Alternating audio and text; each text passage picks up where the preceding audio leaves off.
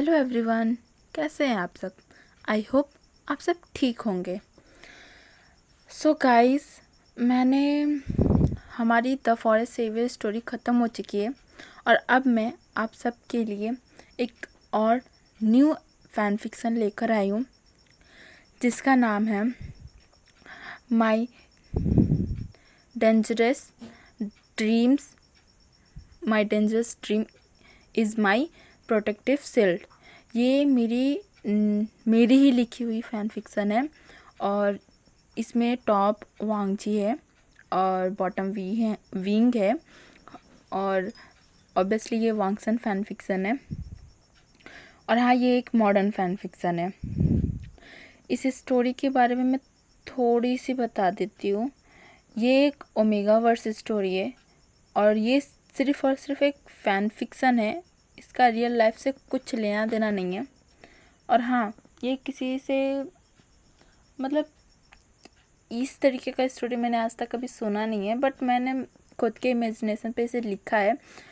पर हाँ, ये चीज़ किसी के लाइफ से गुज़र सकती है। मतलब ये अक्सर किसी न किसी चीज़ के साथ किसी न किसी लोग के साथ होता रहता है। सो इसीलिए मैंने सोचा कि क्यों ना मैं इस पर एक स्टोरी बनाऊं ताकि मैं सबको दिखाऊं कि ऐसा भी चीज़ होता है। एनीवेज, मैं आपको स्टोरी के बारे में बता देती हूँ। इस स्टोरी में विंग, जो कि एक ओमेगा है, उसे एक ड्रीम्स आती रहती हैं और उस ड्रीम का क्या लेना देना उसकी लाइफ से है, ये सब हम स्टोरी में पता करेंगे, मतलब स्टोरी में जान लेंगे। और वांगजी है जो कि उसे क्या वो प्रोटेक्ट कर पाएगा, क्या वांगजी उसको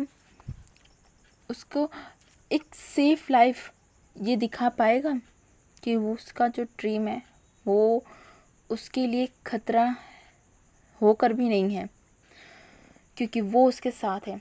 क्या वो उसे समझा पाएगा? हम ये सब अपनी स्टोरी में जानेंगे। तो चलिए हम अपनी स्टोरी के फर्स्ट चैप्टर को स्टार्ट करते हैं। और हाँ गाइस, मैं एक बात बता देती हूँ, इस स्टोरी में आपको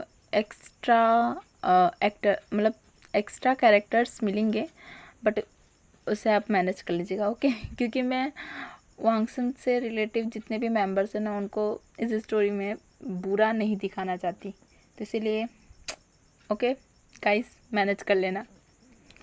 सो हम अपने फर्स्ट चैप्टर को स्टार्ट करते हैं। स्टोरी की स्टार्टिंग में हम देखते हैं एक लड़के को जो कि एक ओमेगा है। वो एक टेरेस पर खड़ा हुआ है और वो सनराइज़ को देख रहा है। काफ़ी खूबसूरत सा नज़ारा है वो। सूरज उग रहा है और इतना सुंदर लग रहा है कि क्या ही बोलूँ। वो बहुत ही ज़्यादा आराम से अपने फेस पे एक स्माइल लेके उस सूरज को देख रहा है। लेकिन ये क्या हुआ, ये सूरज धीरे धीरे कुछ बड़ा होने लगा है। ये हो क्या रहा है? ये धीरे धीरे सूरज बड़ा होते जा रहा है, बहुत ही बड़ा। और ये देख के वो जो ओमेगा है वो काफ़ी डर जाता है। उसके बाद वो वहाँ से भागने की कोशिश करता है, बट वो भाग नहीं पाता। क्यों? क्योंकि वो एक जगह पे, मतलब उसे ऐसा लगता है कि वो एक जगह पे जम गया है। वो ना ही इधर भाग पा रहा है ना उधर भाग पा रहा है। वो अपनी जगह से हिल ही नहीं पा रहा था और वो अपने सामने उस सूरज को बड़ा होते देख रहा था। वो धीरे धीरे अपना आकार बड़ा ले रहा है और उस ओमेगा को लग रहा है कि वो उसके पास आ रहा है वो सूरज, और धीरे धीरे धीरे धीरे उसके बहुत ही नज़दीक आ गया है। वो जो सन है बहुत ज़्यादा नज़दीक आ गया है। वो इतना डरा देने वाला सिचुएशन था ना कि वो ओमेगा इतना डर जाता है कि अपनी आँखों को वो बंद कर लेता है और वो बहुत ही ज़्यादा घबरा जाता है वो ओमेगा। तभी उसका हाथ पकड़ के कोई अपने तरफ खींच लेता है और ये देख के वो ओमेगा और डर जाता है और उसे छुड़ाने की कोशिश करता है, बट वो छुड़ा नहीं पाता क्योंकि वो इंसान बहुत ही ज़ोर से विंग को, सॉरी गाइस, उस ओमेगा को बहुत ही ज़ोर से हग कर लिया था और उससे एक ही बात बोल रहा था, सब ठीक है। और वो जो ओमेगा था वो इतना घबरा गया था कि वो उससे भी दूर होके भागने लगता है और ज़ोर ज़ोर से जब वो देखता है कि वो भाग सकता है तो वो भागना स्टार्ट कर देता है। वो वहाँ से भागने लगता है बहुत बहुत दूर तक। मतलब वो जो इंसान था दूसरा, वो भी उसका पीछा करता है, पर वो इंसान इतना डर जाता है कि वो भागने लगता है। उसे इतनी ज़्यादा घबराहट फील होती है ना कि वो एकदम भागते भागते ना वो मतलब एक जगह पे वो गिर जाता है, मतलब उसका पैर से ठोकर लगता है और वो गिर जाता है। और जो दूसरा इंसान था ना वो उसके तरफ अपना हाथ बढ़ा रहा है और जिसे देख के वो जो ओमेगा रहता है ना वो एक जोर की चीख मारता है कि दूर रहो मुझसे। और यहाँ पे किसी का आंखें खुल गया। ये एक ड्रीम था, बहुत ही बहुत ही ज़्यादा डरा देने वाला ड्रीम था, जो कि एक ओमेगा बेड पर लेटे हुए देख रहा था। अब वो ओमेगा बहुत ही ज़्यादा गहरी गहरी सांस लेने लगता है, अपनी आँखों को एकदम पूरी तरीके से खोल के बहुत बहुत गहरी गहरी सांस ले रहा है और ख़ुद को शांत कर रहा है। फिर वो अपनी बेड से उठता है। उठने के बाद वो मतलब जाता है वॉशरूम में और शावर के नीचे खड़ा हो जाता है और वो ठंडे पानी के नीचे खड़ा होके वो सोच रहा था, ये सब क्या हो रहा है मेरे साथ? आखिर मैं ही मेरे साथ ही क्यों ये सब हो रहा है? आखिर मैंने किसका क्या बिगाड़ा है? हो मेरी लाइफ मुझे क्या दिखाना चाह रही है? मुझे समझ नहीं आ रहा है सब मेरे साथ क्या हो रहा है। उसके बाद वो जो ओमेगा है ना अपने पैरों की तरफ दिखता है जहाँ से वो ब्लड निकल रहा था और ये देखे वो भी शॉक्ड और बोल रहा है। अब वो बोलता है ओमेगा, ये सब मेरे साथ तब से हो रहा है जब से मैं 18 साल का हुआ हूँ। 18 साल की उम्र से ही मेरे साथ ऐसी ऐसी घटना हो रही है सपने में जो कि मुझे रियल लाइफ में लग रही है। जब मैं सो के उठता हूँ तो वो सब तो मेरे लिए एक सपना रहता है, लेकिन जो सपने में चोट लगा रहता है वो मुझे रियल में भी लगा रहता है। मुझे समझ नहीं आ रहा ये सब मेरे साथ क्या हो रहा है, कैसे हो रहा है। आखिर मैं मेरे साथ क्या हो रहा है? मेरी कैसी ये लाइफ हो गई है? अब मैं क्या ही बोलूँ। अब ये तो जैसे आदत सा हो गया है। सो गाइस, आप लोग मुझे जानते ही हैं। ये ओमेगा वो बोल रहा है, ठीक है? आप लोग तो मुझे जानते ही हैं। मेरा नाम है विवूशियान। लोग मुझे प्यार से विंग बुलाते हैं। ये सारी बातें वो ओमेगा अपने बालों को पोंछते हुए बाहर आते हुए बाथरूम से बोलता है और बोलता है फिर आके बोलता है वो कि मैं इस वक्त 19 साल का हूँ और जल्दी मैं 20 साल का हो जाऊँगा और मैं इस टाइम पे अभी 3rd ईयर में हूँ। ये मेरा लास्ट ईयर है और जल्दी मैं ग्रेजुएट भी हो जाऊँगा और मैं इसके बाद से अपनी कंपनी चलाने लगूँगा।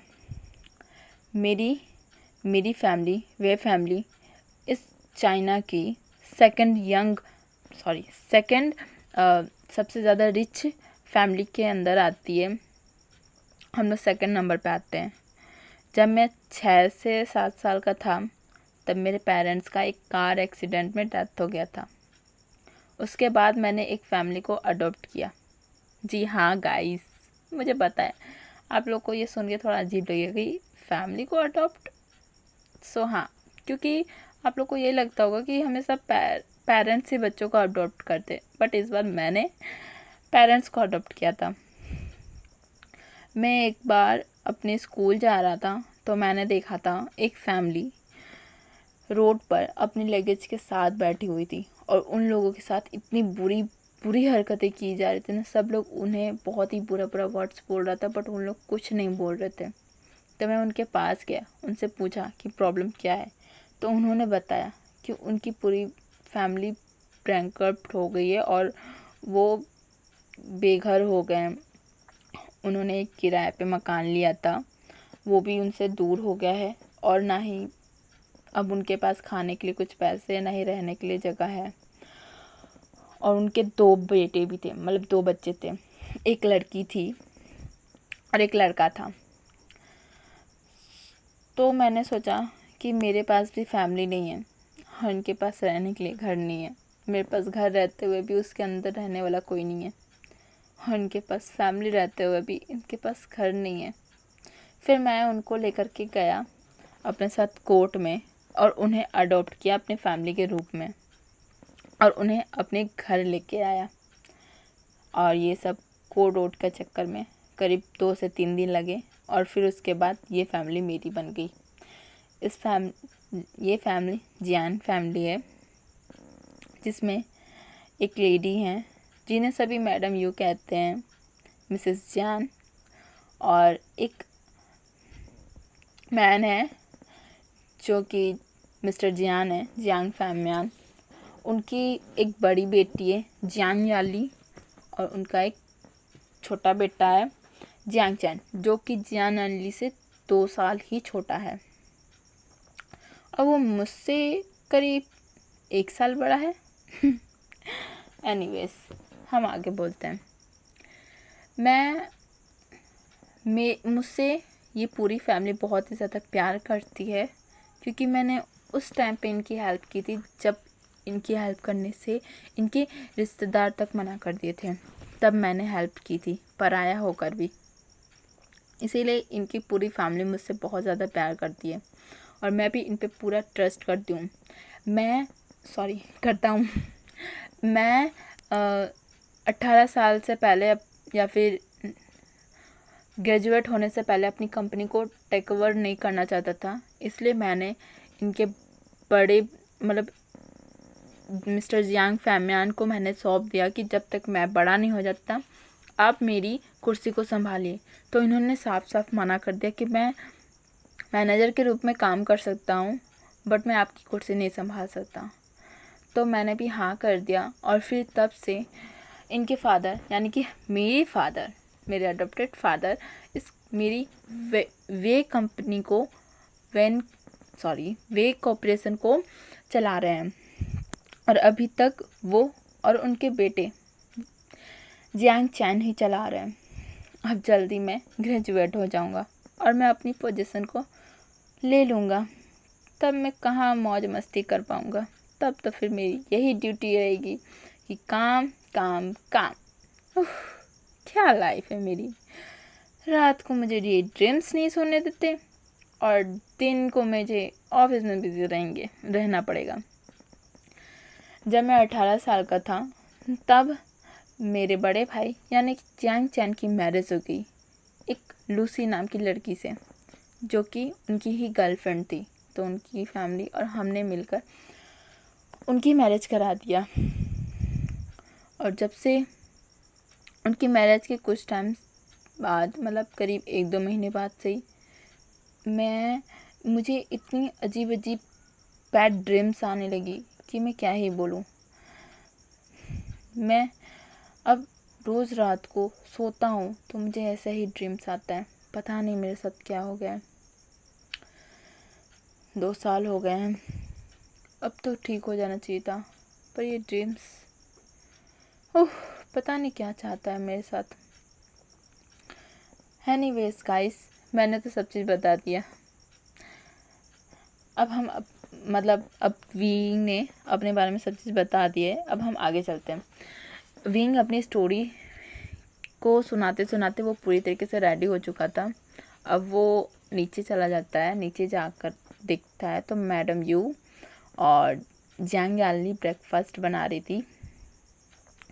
और जब विंग को वो लोग देखते हैं तो वो लोग बोलते हैं, विंग तुम फिर से जल्दी उठ गए, चलो आ जाओ ब्रेकफास्ट कर लो, फिर तुम्हें कॉलेज के लिए जाना होगा। तो फिर विंग ने कहा, जी मदर। फिर विंग डाइनिंग टेबल पे बैठ जाता है। फिर जियांग याली और मैडम यू उसे ब्रेकफास्ट सर्व करती हैं और वहाँ पे उसकी फिर भाभी आ जाती हैं, लूसी, जियांग लूसी वो आ जाती हैं और वो भी ब्रेकफास्ट सर्व करने लगती हैं और साथ में सभी लोग मतलब Jiang Famian, Jiang Chan, Jiang Lucy, madam Yu, Jiang Yali, सभी लोग मिलके ब्रेकफास्ट करने लगते हैं। ब्रेकफास्ट के बाद जब ब्रेकफास्ट सबका कंप्लीट हो जाता है तो जियांग चैन बोलता है विंग, तो विंग पीछे मुड़ के बोलता है जी गगा। तो फिर जियांग चैन बोलता है विंग, जल्दी तुम ग्रेजुएट होने वाले हो, इसलिए तुम्हें कुछ टाइम पहले ही मेरे साथ ऑफिस चलना होगा, कुछ पेपर वर्क्स हैं। तो विंग ने कहा ओके ब्रदर, मैं चलूँगा। एक हफ्ते बाद मेरा ग्रेजुएशन पार्टी है, उसके बाद मैं तो फ्री हूँ, तो आपको जब चलना होगा मुझे बता दीजिएगा, मैं चला जाऊँगा आपके साथ और पेपर वर्क्स को कंप्लीट कर दूँगा। तो जियांग चैन ने ओके कहा और फिर विंग ने कहा ओके अब मैं जा रहा हूँ कॉलेज ब्रदर। तो जियांग चैन ने भी हाँ में सर हिलाया और वो चला गया।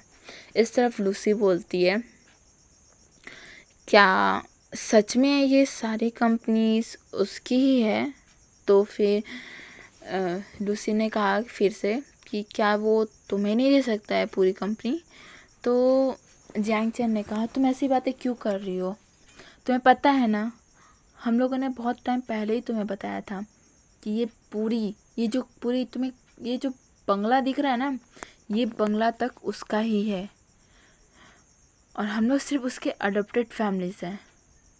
उसने हम लोग को इतनी आज़ादी दी है कि वो ऑफिस में हम लोग को मालिक बनवा दिया है, पर हम लोग उसका पद नहीं ले सकते हैं, हम लोग इतने सेल्फिश नहीं हैं। फिर जियांग फैमियान ने भी हाँ में सर हिलाया और बोला इसके बारे में बात करने के लिए मैंने मना किया था ना। फिर जियांग चैन भी बोलता है कि दोबारा इसके बारे में बात मत करना। तो ये सुन के लूसी चुप हो जाती है और फिर हाँ में सर हिला के चुपचाप जो टेबल्स पे प्लेट्स थी उन्हें जाके किचन में रखने लगती हैं। और फिर उसके मन में कुछ चल रहा था बट वो हम आगे देखेंगे। और इस तरफ विंग कॉलेज पहुंचता है अपने कार से। कॉलेज जाने के बाद वो अपनी क्लास में जाता है तो वहाँ पे उसका फ्रेंड बैठा हुआ था पहले से ही, और विंग उसके पास जा कर के बैठ जाता है और टेबल पे अपना सर रख लेता है। फिर निहोसैंग उसके कंधे पे हाथ रखता है और बोलता है आज फिर से? तो विंग ने अपना सर हाँ में हिलाया। फिर निहोसैंग ने बोला आखिर ये सब हो क्या रहा है तुम्हारे साथ, और वो जो तुम्हारे सपने में आता है दूसरा इंसान, वो कौन है? क्या तुमने कभी उसे देखा है सपने में, या उससे कभी बात करने की कोशिश की है कि तुम कौन हो? तो विंग ने कहा मैं बात नहीं करता उससे, मैं उससे बस भागता हूँ, मुझे कुछ भी ठीक नहीं लगता इसलिए मैं सबसे भागता हूँ। तो उसने कहा ये किसी चीज़ से भागना ये सल्यूशन नहीं होता है विंग, तुम्हें उससे पूछना होगा कि ये सब उसके साथ क्या हो रहा है। तो विंग ने कहा ठीक है मैं कभी ट्राई करूँगा सपने में पूछने की, चलो अभी सब बातें हम लोग छोड़ सकते हैं। तो निहोसन ने भी बोला ठीक है। सो गाइस आज के लिए यहीं तक। तो आप लोग मुझे बताइए आपको फर्स्ट चैप्टर कैसा लगा है, कमेंट करके मुझे ज़रूर बताइएगा। और आपको मेरी वीडियो पसंद आई है तो प्लीज़ मेरी वीडियोस को लाइक भी कीजिएगा। एंड हम नेक्स्ट चैप्टर में देखेंगे कि विंग आगे क्या करता है उसकी लाइफ में और आगे क्या होता है, और वांग जी कैसे मिलेगा उसे, वांग जी विंग के बीच में क्या रिलेशन है, और वो ड्रीम का क्या मतलब हुआ, और ड्रीम में जो बॉय उसे दिखता है वो कौन है। सो हम ये सब नेक्स्ट चैप्टर में देखेंगे। ओके, तब तक के लिए बाय बाय।